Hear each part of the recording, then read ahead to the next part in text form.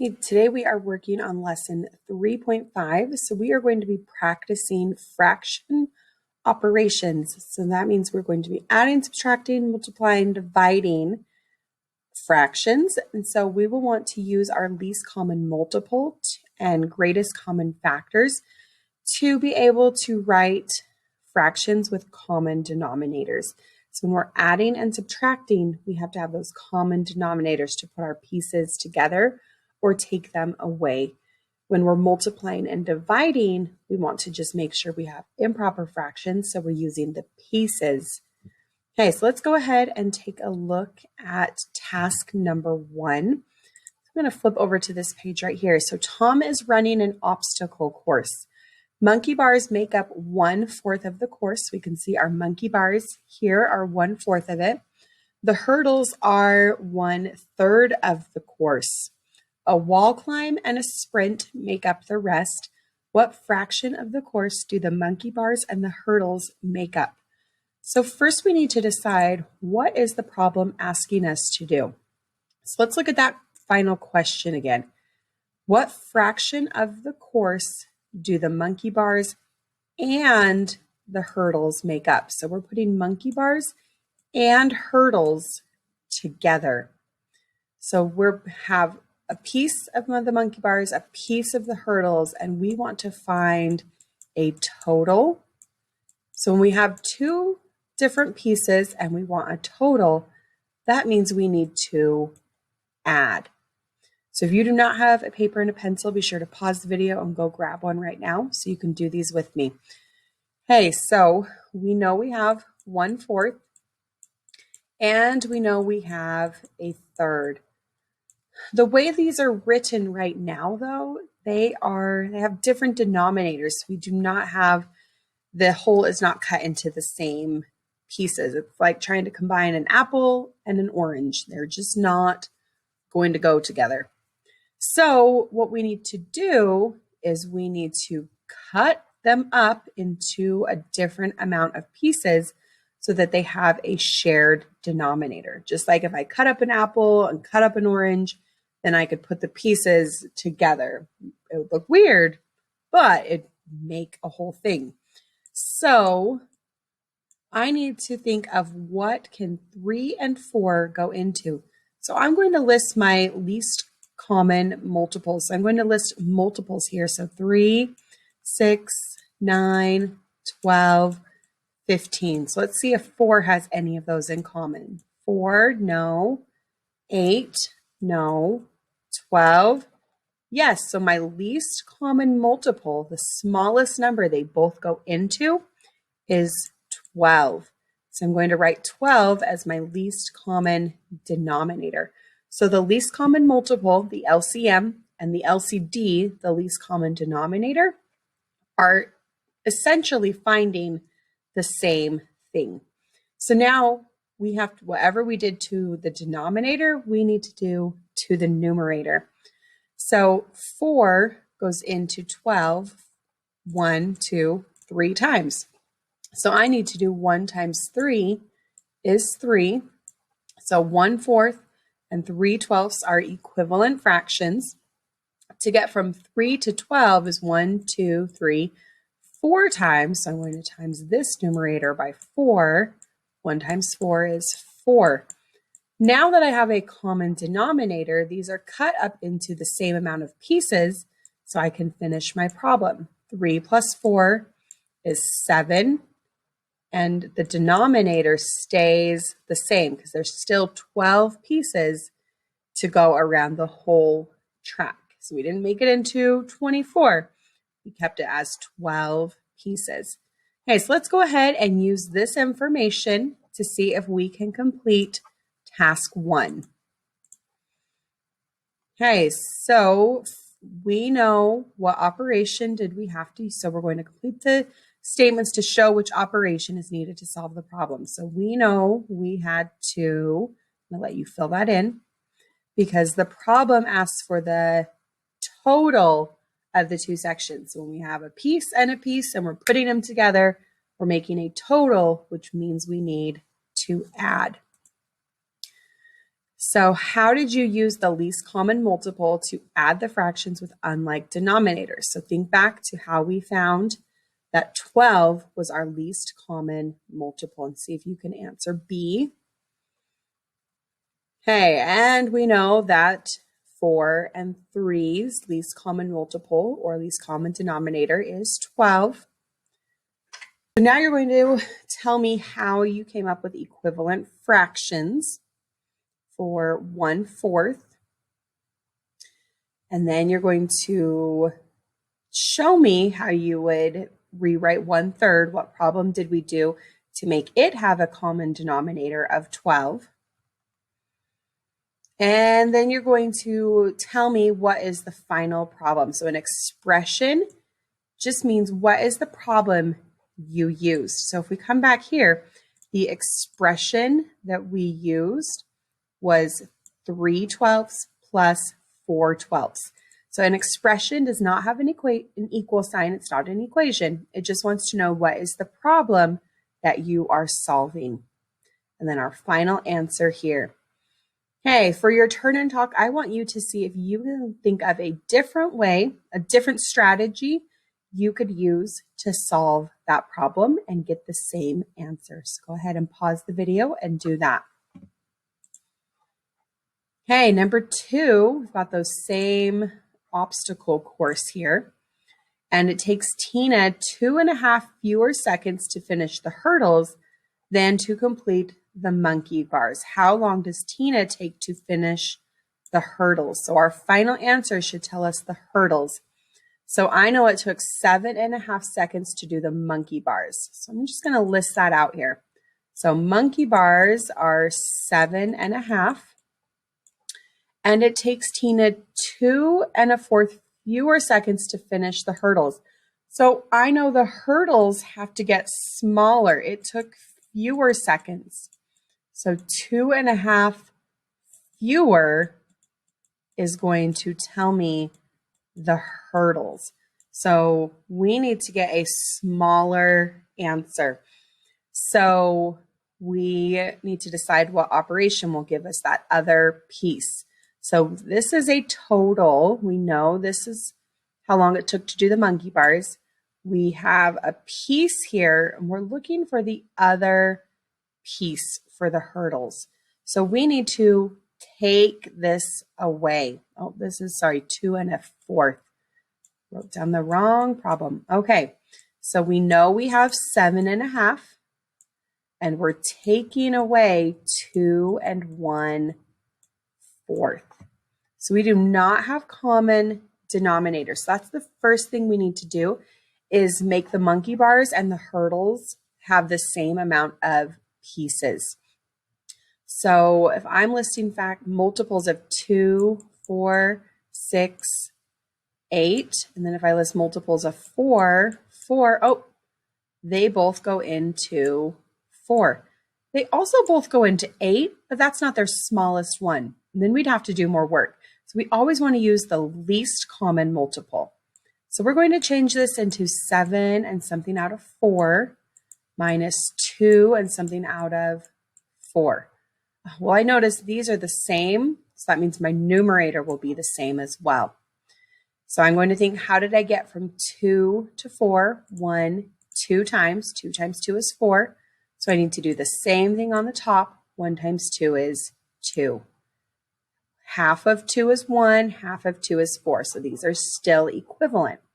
Okay, now I can subtract 7 minus 2. Actually, let's start with our numerators and make sure we don't need to borrow. 2 minus 1 is 1. 4 stays the same because we cut it in the whole into 4 pieces. And 7 minus 2 is 5. So it took 5 1/4 seconds for her to complete the hurdles. So the hurdles is 5 1/4.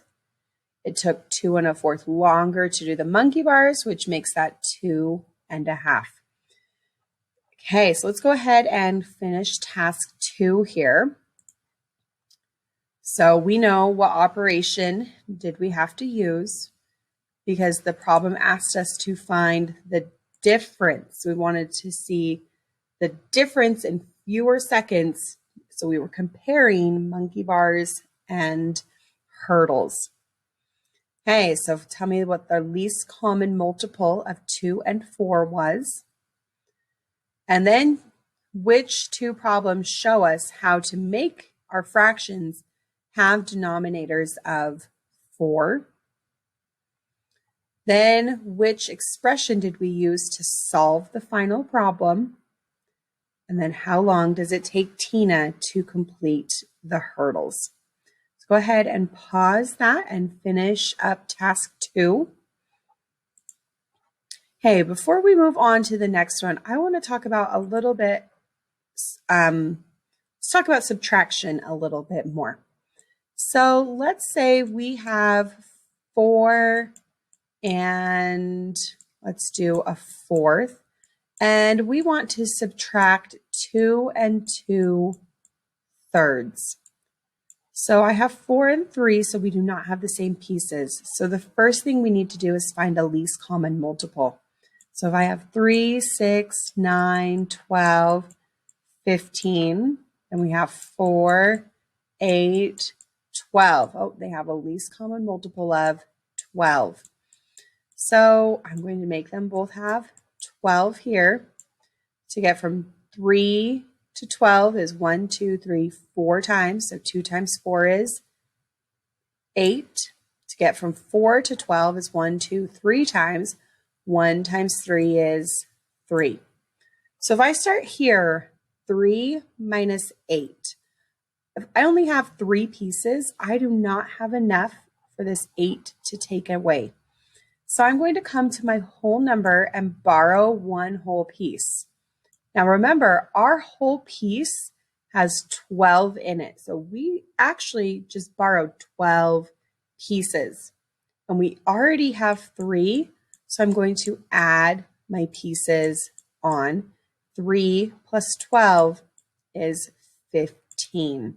So now I can do 15 and take away 8 pieces is 7 out of 12.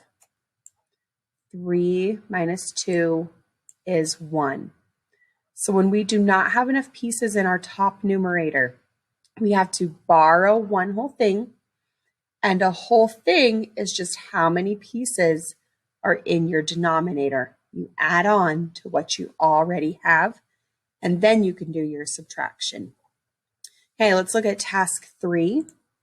So task 3 says Devon spent 2/5 of his savings on a video game. Then he spent 6 1/4 times as much on a new bike. What fraction of his original savings did he spend on the bike? So we want to know how much he spent on his bike. So we know he started and he spent 2/15. Then he spent 6 1/4 times as much. These words as much mean more. So he spent more on his bike than a video game. And he spent times more, 6 1/4 times what he already spent. So he started and spent 2/15, and then he spent 6 1/4 times more than that. So because we are multiplying, we could write our problem either way. We could say he spent 6 1/4 times more than 2/15, or he spent 2/15 first and then did 6 1/4 times more. Because we're multiplying, we can use the commutative property to flip those expressions around and we would get the same answer. So I'm going to go ahead and we'll just use the second one here. So when I'm multiplying, same thing like we've been practicing with division, is we have to make these into our pieces. We have to know how many pieces we have, not just how many whole things we have, how many pieces. So we need to make that improper. So 6 times 4 is 24, plus 1 more is 25 out of 4. And it's already multiplied, so we do not need to copy that flop. It already is written out in the right way for us. So now I'm going to simplify first to make my work easier here at the end.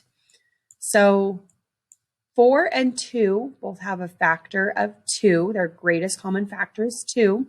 So 2 divided by 2 is 1. 4 divided by 2 is 2. And I notice that both 25 and 15 end in 5. So 15 divided by 5 is 3. 25 divided by 5 is 5. So now I can go ahead and multiply. 5 times 1 is 5. 2 times 3 is 6. So he spent 5/6 of his savings on his new bike. So he almost spent all of his savings on his bike. So we're going to go ahead and complete task 3 now. So task 3. So first it's asking us which operation we chose to use. And then you're going to tell me the steps that you used to do that. Okay, then which one shows us how we made 6 1/4 improper?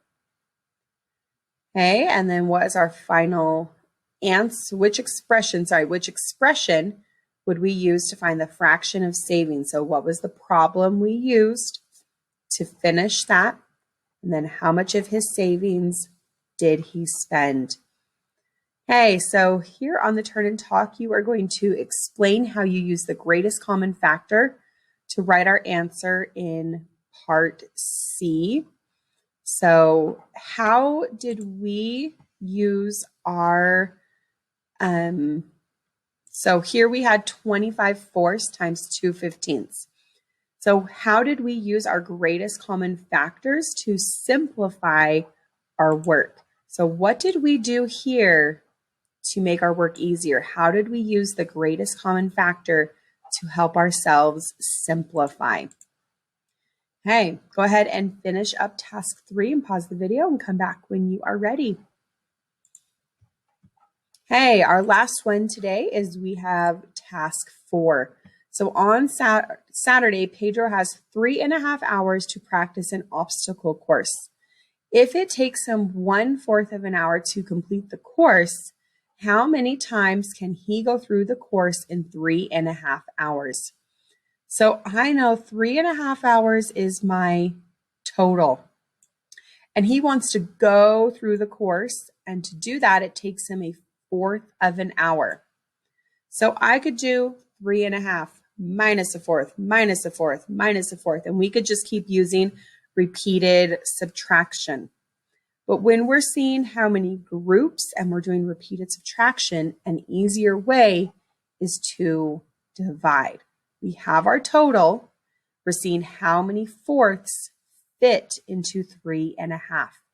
So 3.5 is our dividend. This is what we have, and we're dividing it by groups of 1/4.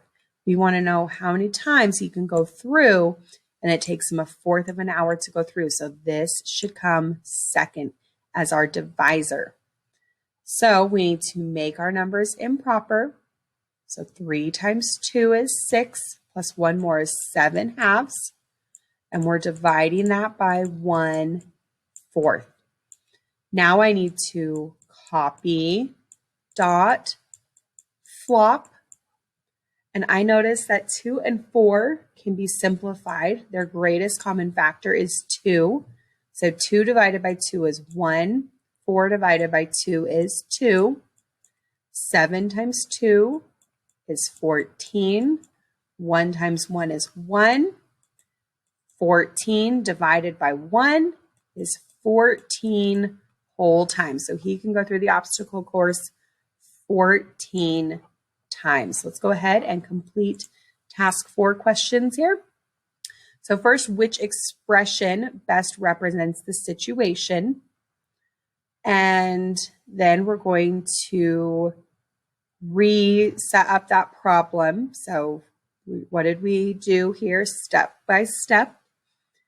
And then you're going to explain how we use the greatest common factor to simplify there. So the 4 and the 2, what did we have to do to those to make them simpler? And how many times can he go through? Okay, that is everything for today. So Just remember, when we are adding and subtracting, we have to have a common denominator. They have to have the same pieces we're putting together or pulling out. And when we're multiplying and dividing, we have to use that improper fraction to see how many pieces we have. Hey, let me know if there's anything I can do to help you.